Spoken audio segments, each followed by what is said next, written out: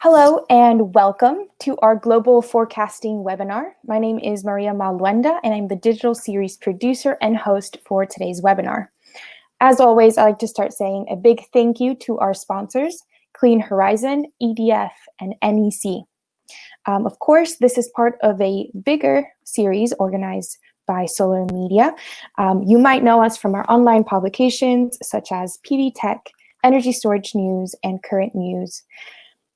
To see our full portfolio, subscribe to our free publications, and register for other online summits, please visit solarmedia.co.uk.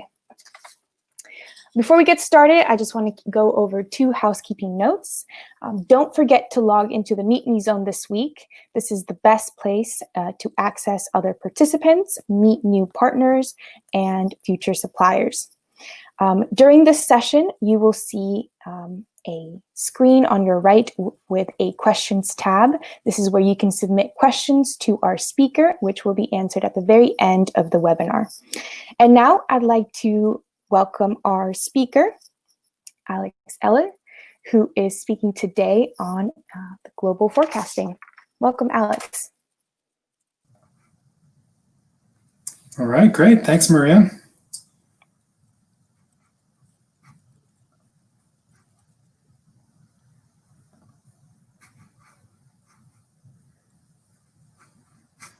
All right, so yeah, as Maria said, going to be sharing with you all today a little bit about some of the data we have recently, the global market forecast. We'll be looking at how the energy storage markets have been developing around the world.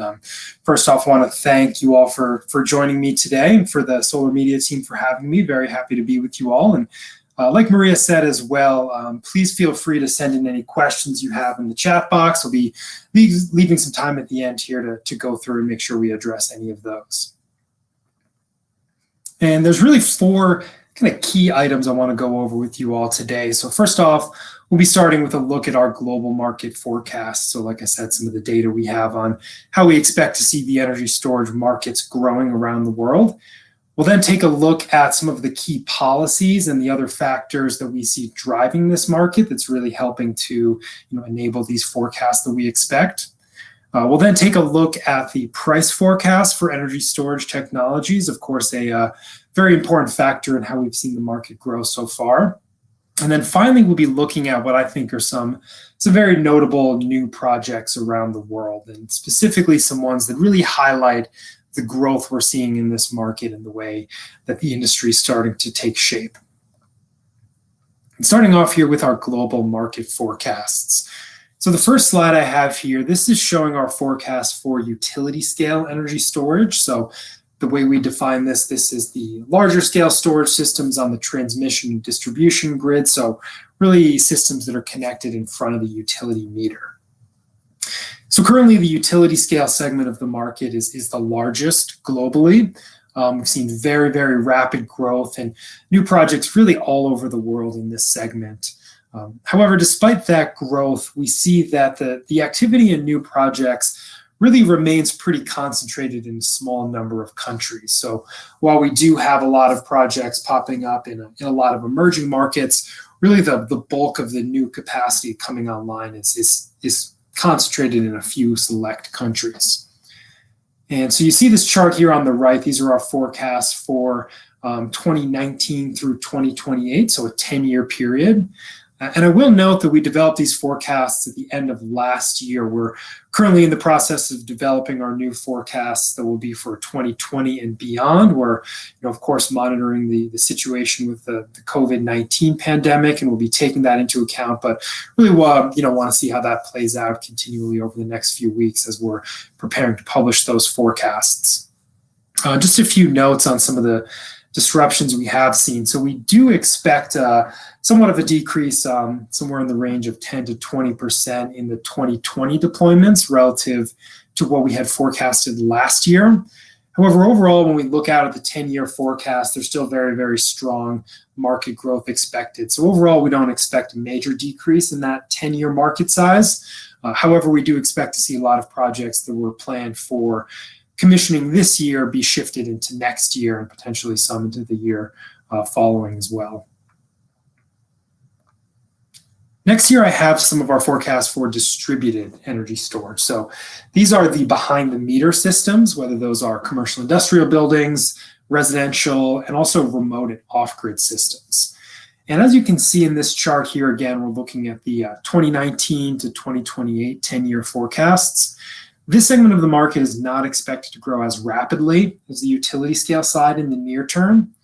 And a lot of that is due to, in most of the world, really the economics for behind the meter storage projects really remain challenging. So, what we see is we're really gonna require some further cost reductions on the technology side, and also changes in rate structures and how projects are being compensated. That will really be some of the key factors that will enable the market to grow considerably.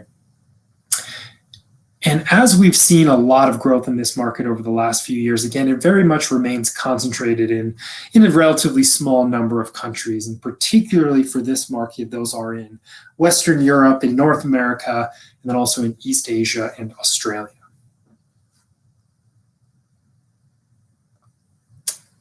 Moving on now, I want to talk a little bit about some of the key policies and some of the what I think are the most important market drivers. So the growth of renewable energy, of course, is the single biggest driver for new storage development. And while I know that may sound a little bit obvious, what we see is that energy storage can provide a number of different services on the power grid, and they're not all necessarily tied specifically to renewable generation. So for example, we have projects that are built to defer transmission and distribution upgrade investments, to even optimize the operation and the efficiency of fossil fuel power plants. So there are a lot of use cases, but really when we look around the world and where the energy storage markets are becoming the largest and growing the fastest, it's in the areas where there's the most renewable energy growth as well. So really the policies that are supporting renewable generation are the ones that have the biggest impact on the energy storage market. And in terms of the different services that we see energy storage providing, as I said, there are a lot of different services. Some of them are not necessarily tied to renewables, but what we see is that the services that are really designed to mitigate the negative impacts of renewable generation are the ones that are the most impactful and overall the largest market opportunities for storage projects. And so it's really this growth, particularly in solar and wind generation, that we see, of course, is challenging the grid operation. So it's reducing the stability of the grid in terms of frequency and voltage deviations, and also the economic efficiency of the grid. So, for example, there, as large capacities of renewable generation are brought online, without some reliable forms of energy storage, typically the grid still needs to maintain its fossil fuel power plants to ensure reliability. So really what we'll be looking at is the leading use cases for storage are the ones that are designed to facilitate this growth in renewable energy. So specifically within the key regions around the world, I wanted to talk a little bit about some of the main policies and the market drivers we see. So starting off here in North America, I think one of the most impactful policies have been the state level energy storage deployment targets. Those have been some key drivers here.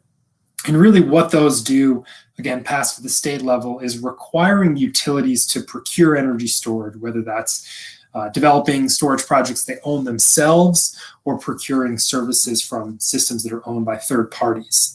Currently across North America, there are 7 states that have these storage targets in place, and those total about 12,000 megawatts of new capacity by 2030. And another key policy here in the United States is the federal government investment tax credit. This has been a very important one. It's really designed to provide this 30% subsidy for solar PV and wind projects. However, that subsidy is also applied to energy storage if that technology is co-located with a solar PV and it's charging directly from the renewable resource. It's really been one of the big drivers behind a lot of these solar plus storage projects, which I'll talk a little bit more about coming up here.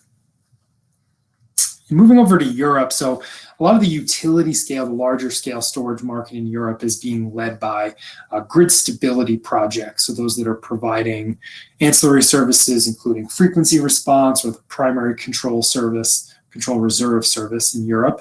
And the need for that service is really being driven by the growth in renewable generation throughout the region. So some notable examples, again, I'll talk about these in a little bit more detail later in the presentation, but there have been some major grid operator procurements awarding contracts for these services in the UK and Ireland that have driven a lot of growth in those markets. Also, I'll point out that in Europe, the residential energy storage segment is a major market. And in this case, it's really being driven more economically. So some of the policies that are in place to compensate solar PV, the feed-in tariffs, have now been reduced.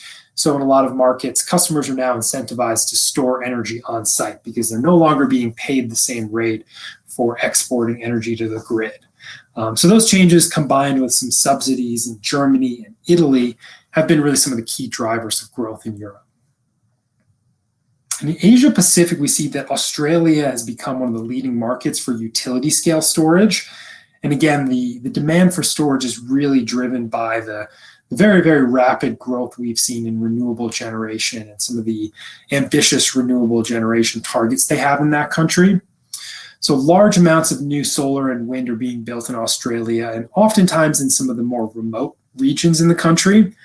So that development, combined with the fact that there is a relatively constrained transmission and distribution network, has driven the demand for energy storage to both maintain the stability of the T&D networks and also just to allow for the effective integration of this new renewable resources. Also want to point out an important policy in Asia has been in South Korea, which has been a leading market over the last few years, specifically for storage for commercial and industrial buildings. And really the demand there has been driven by incentives provided by utilities for large building to reduce their peak demand. And that has been using energy storage to accomplish that. Finally, in the rest of the world, what I wanted to point out was some of the regulatory reforms we're seeing in Latin America, specifically in Mexico and Chile, where they are really trying to increase competition in the energy market. So in Mexico, that includes breaking up one of the large monopoly utilities that's covering both generation and transmission in the country, really introducing a lot more competition. So a lot more renewable generation being added in throughout that region, and just overall more competition amongst different companies, which is certainly favorable to the storage markets as well. And also in Latin America, in the Caribbean, we've seen a lot of new demand. Countries are very strongly supporting the development of energy storage and renewables, both to reduce their reliance on imported fossil fuels and also to increase the resiliency of the grid. Obviously, that region is very susceptible to extreme weather and hurricanes, so very, very worried about that.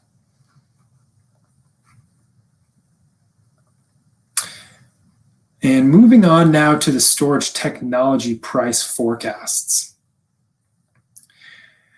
So overall, looking at the average installed cost for these utility scale technologies.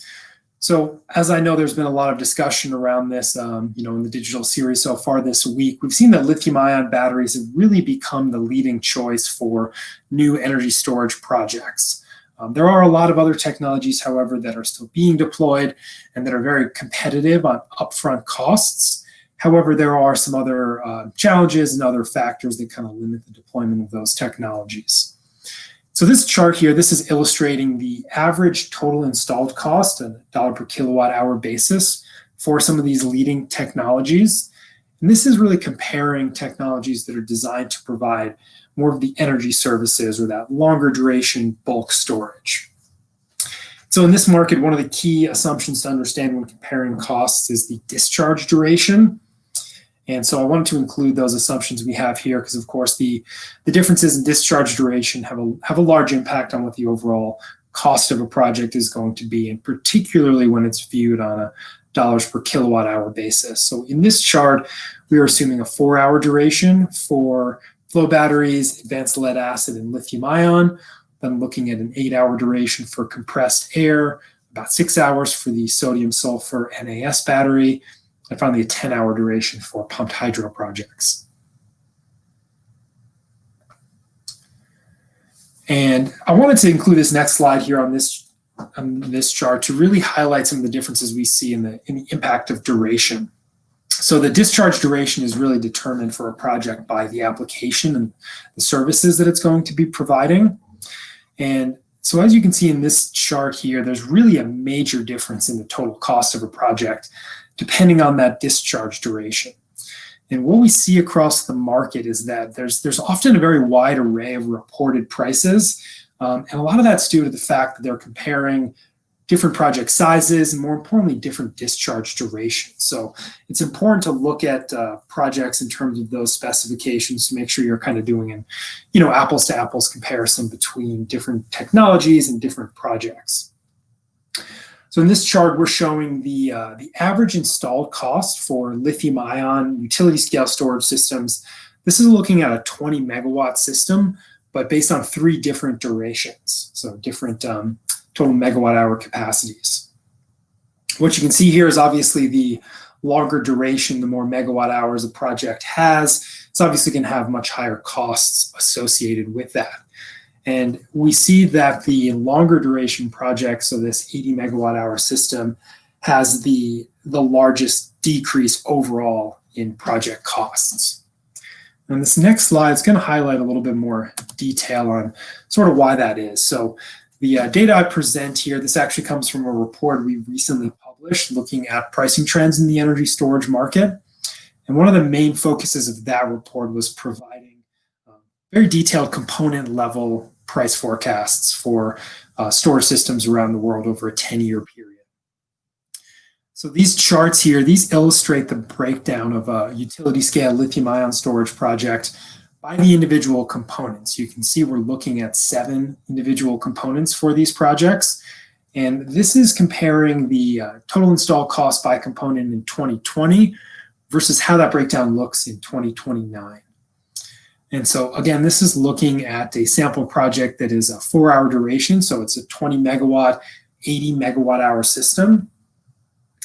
And what you can see here is that the battery pack in both cases is still by far the largest cost component for these projects. However, it's also the component that's expected to see the greatest decrease in its price over the next 10 years. So you see that we go from 58% of the battery pack cost in 2020 to 2029, where the same battery pack accounts for about 47% of the project cost. And over that time, we see that the site installation is going to have the biggest growth in terms of its percentage of the total project cost. So by 2029, the actual installation and the system integration services account for about 30% of the project cost. So finally here, this last slide on pricing, I wanted to share a little bit of some of our data and forecasts for distributed, so the behind the meter storage pricing. So overall, on a per kilowatt hour basis, the energy storage systems for C&I buildings and for residential customers is more expensive than the utility scale projects. This is just due to their smaller size, so they don't have the same advantages and economies of scale that are gained when building large multi-megawatt projects. So in this market as well, lithium-ion batteries are by far the leading technology, so they certainly account for the majority of the new projects that are being built around the world. You can see that for both residential and C&I projects, we do expect some pretty substantial decreases in price over the coming decade. And I will point out here that overall, we see the commercial industrial systems are now slightly higher in cost than residential. What we've seen is that the price for residential systems has come down very, very quickly. And a lot of that is due to the more standardization in that market. So a lot of the residential storage systems now are modular, very standardized products where the battery inverter control system is all built in a single unit there. So it allows for much faster installation and also reduced cost through that standardization. And now here I want to talk a little bit about some of what I think are the more notable and more interesting projects being developed around the world. And so to present this, I thought it would be helpful to really categorize these in terms of what I think are the 4 main categories of projects, the main use cases of energy storage that are really driving the majority of the growth around the world.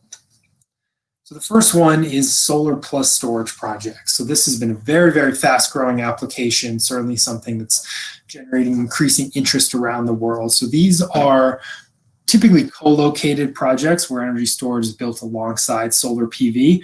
And this accounts for many of the largest systems that are both already operational and being developed around the world. So these projects are really designed to provide dispatchable solar generation. They're certainly the leading applications for new projects here in the United States, also in Australia, and in select other markets around the world as well. The next category are peak generation capacity projects. So this is where energy storage is being used to replace typically fossil fuel peaking generation plants. And so a lot of these storage projects are being built to serve urban areas where it's difficult or impossible in many cases to build new fossil fuel generation due to local air quality restrictions or a lack of available land or very expensive land. So the use of energy storage is becoming much more common for these applications. The next category are grid stability and ancillary service projects. So these primarily consist of frequency regulation or the primary control reserve type projects. Again, these are designed to balance the fluctuations between electricity generation and the overall load on the grid. It's really managing that variability and ensuring that the frequency of the grid and on transmission lines stays within safe ranges. And it's increasingly important when you start to get a large amount of solar and wind generation that's introducing some of those disruptions onto the grid. Last category here are the EV charging integration projects. So those are becoming a major driver for both some utility scale systems, but also a lot of behind the meter C&I and residential storage as well. So for these projects, storage is designed to reduce the cost to both build and operate new EV charging stations. And that's done by reducing the overall peak load for those charging stations, which can then limit the need for new and upgraded electrical infrastructure when they're being installed, and also reducing any peak demand charges that those stations are going to be incurring. And the next few slides here are just going to provide a few examples of some of these new projects looking at each individual category. So for solar plus storage projects here, like I said on the last slide, we're really seeing a lot of the development in these large new projects being concentrated in Australia and in the United States, and in both countries, particularly in the southern regions of the country.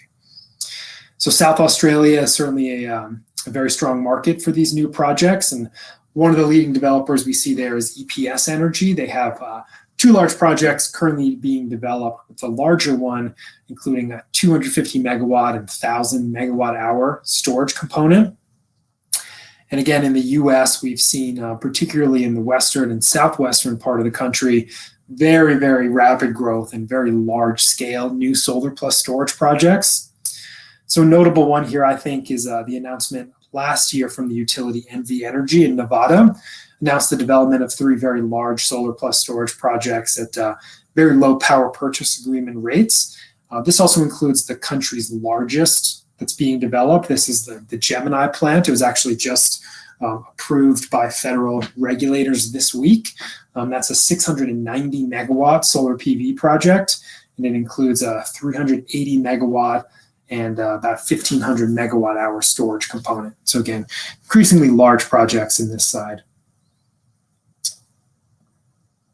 And next here, looking at some of the notable new peak generation capacity projects. So as I said, these have primarily been concentrated in urban areas and relatively densely populated areas. And certainly the largest projects of these type that are being built right now are in the United States. So in California, we saw a major procurement was announced in 2018 for the Moss Landing projects that Pacific Gas and Electric in California is developing. These are designed to provide peaking generation capacity services in relatively constrained and densely populated parts of the grid. So this procurement, projects are now under development, includes a total of about 568 megawatts of capacity, including a single project that is about 1,200 megawatt hours. So that was the largest plant project in the country for some time. However, there's now a significantly larger project in the works. It was announced late last year in New York City, where a 316 megawatt project is being developed to provide those peaking capacity services in the city. However, this one's being developed with an 8-hour duration, so it's just over 2,500 megawatt hours of capacity. And this project is going to be built at an existing fossil fuel plant site owned by the developer LS Power. You can see over on the right, that's actually a picture of the Ravenswood generation facility, which will be replaced with this storage project. And also, just this month, actually, again in California, Southern California Edison announced a very large procurement of 770 megawatts of storage capacity to provide these peak capacity services. As I mentioned earlier in the presentation, we've seen that in Europe has really been one of the centers for these new projects providing grid stability and ancillary services.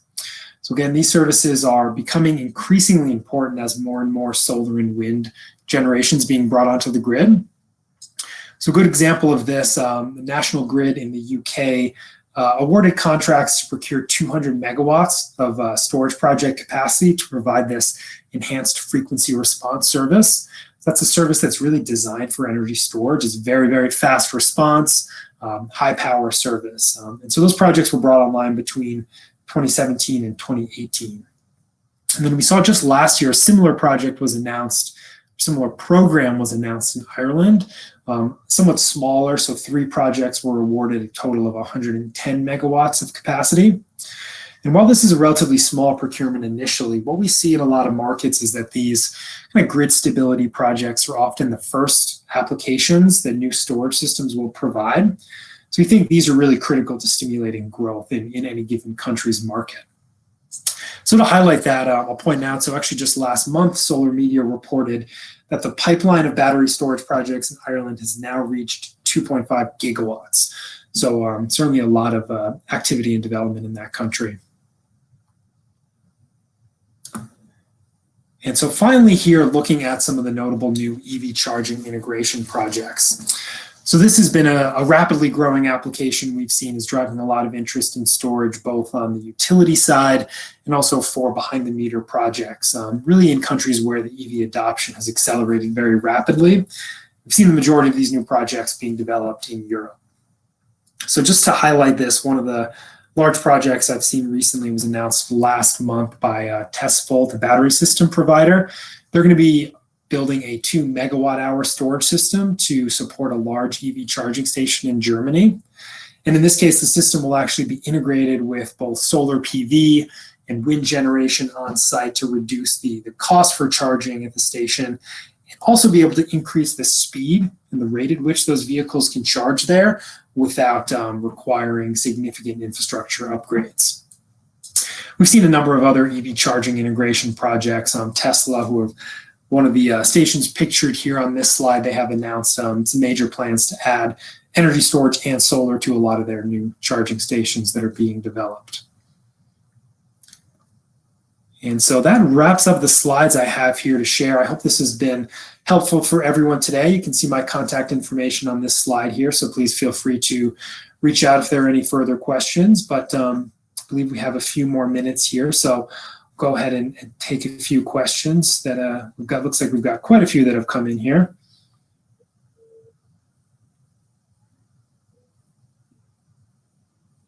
Alex, if you'd like to pick which question you'd like to start with, the ones at the very bottom are the first ones that came through.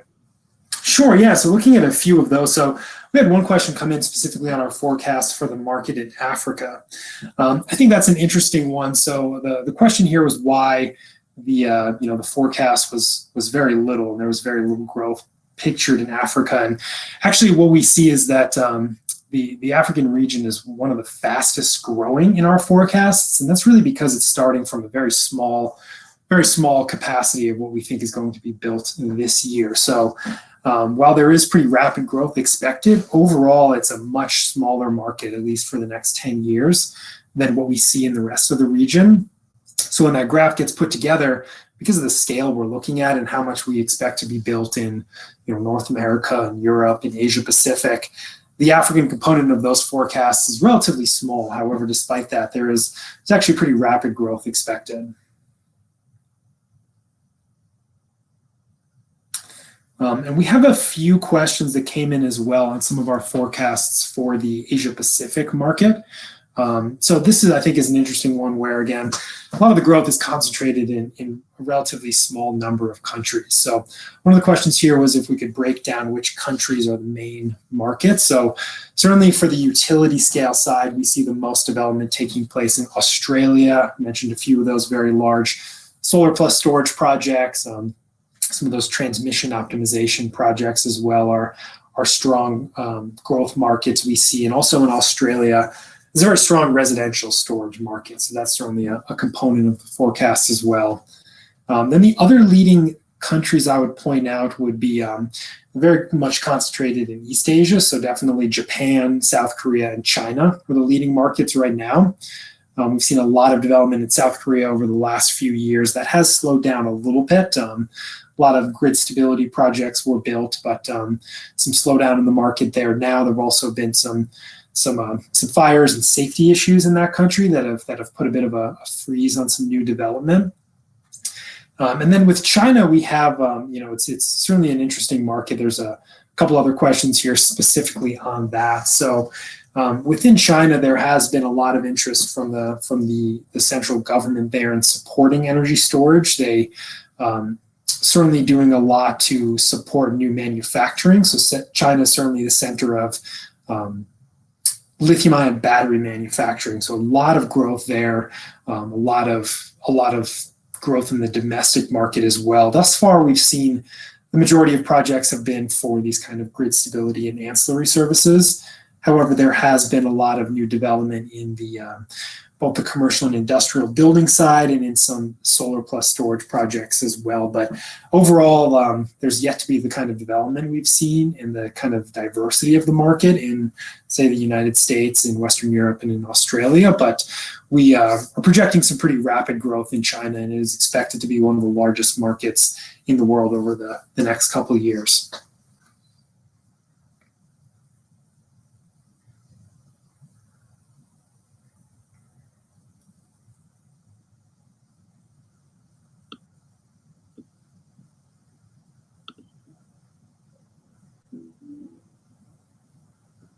Alex, is there some other questions you'd like to take? Maybe one last question?